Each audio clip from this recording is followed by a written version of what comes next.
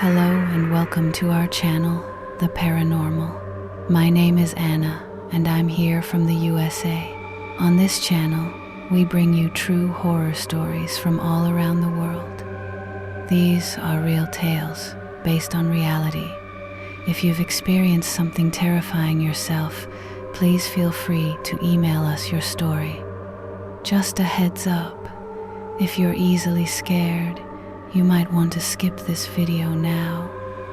Today's chilling tale is about a mysterious lady, and it reaches us all the way from the UK. Let's dive into the story.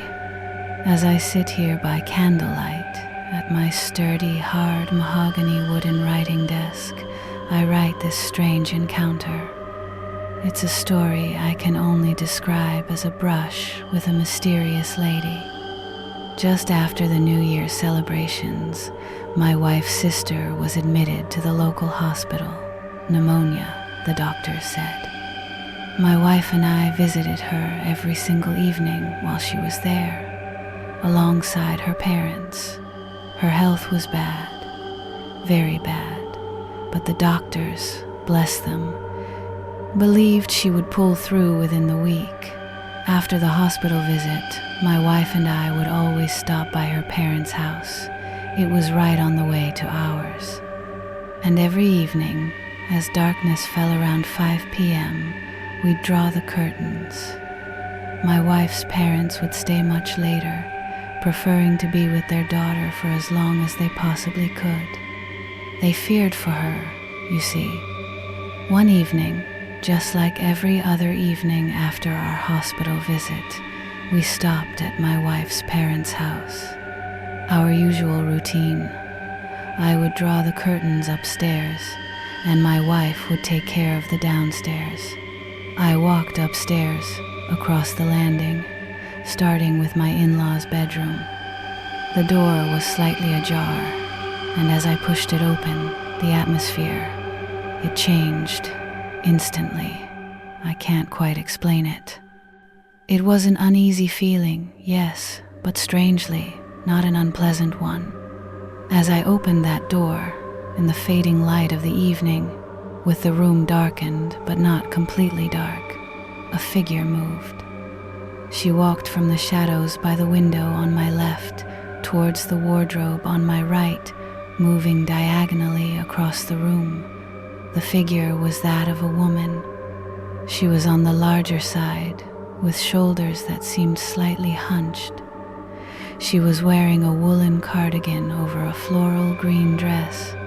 I couldn't see her face clearly, but she looked familiar, so familiar.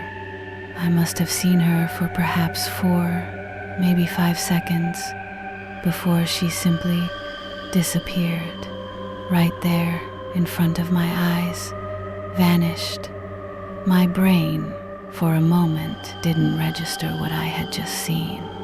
I walked into the room, automatically, to draw the curtains. My in-laws' bedroom has 2 windows overlooking the front garden.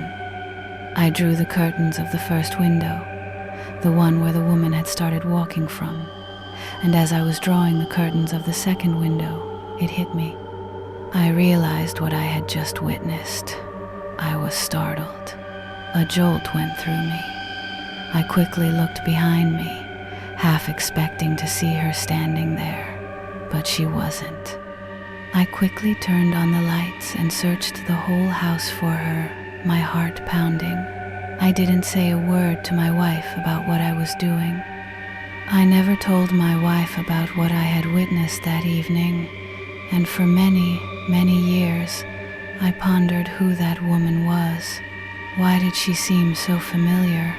It took me about 2 years, can you believe it, to finally find out who she was.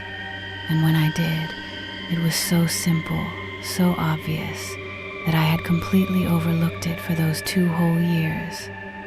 We were at my in-laws' house for Sunday lunch. I was making my way through the hall, where there's a table filled with framed photographs of various family members. One particular photograph caught my eye. It was of my wife's grandma. She had, tragically, taken her own life about 10 years earlier, a time before I had even met my wife. The picture, it perfectly resembled the woman I had seen in that room. That was why she was familiar to me. She was on the larger side, her shoulders were slightly hunched, and she was wearing a floral dress, though in the photo, she wasn't wearing the cardigan. I had never met my wife's grandma while she was alive, and I was alive, but in a strange and inexplicable way, I had met her while she was gone, and I was still here.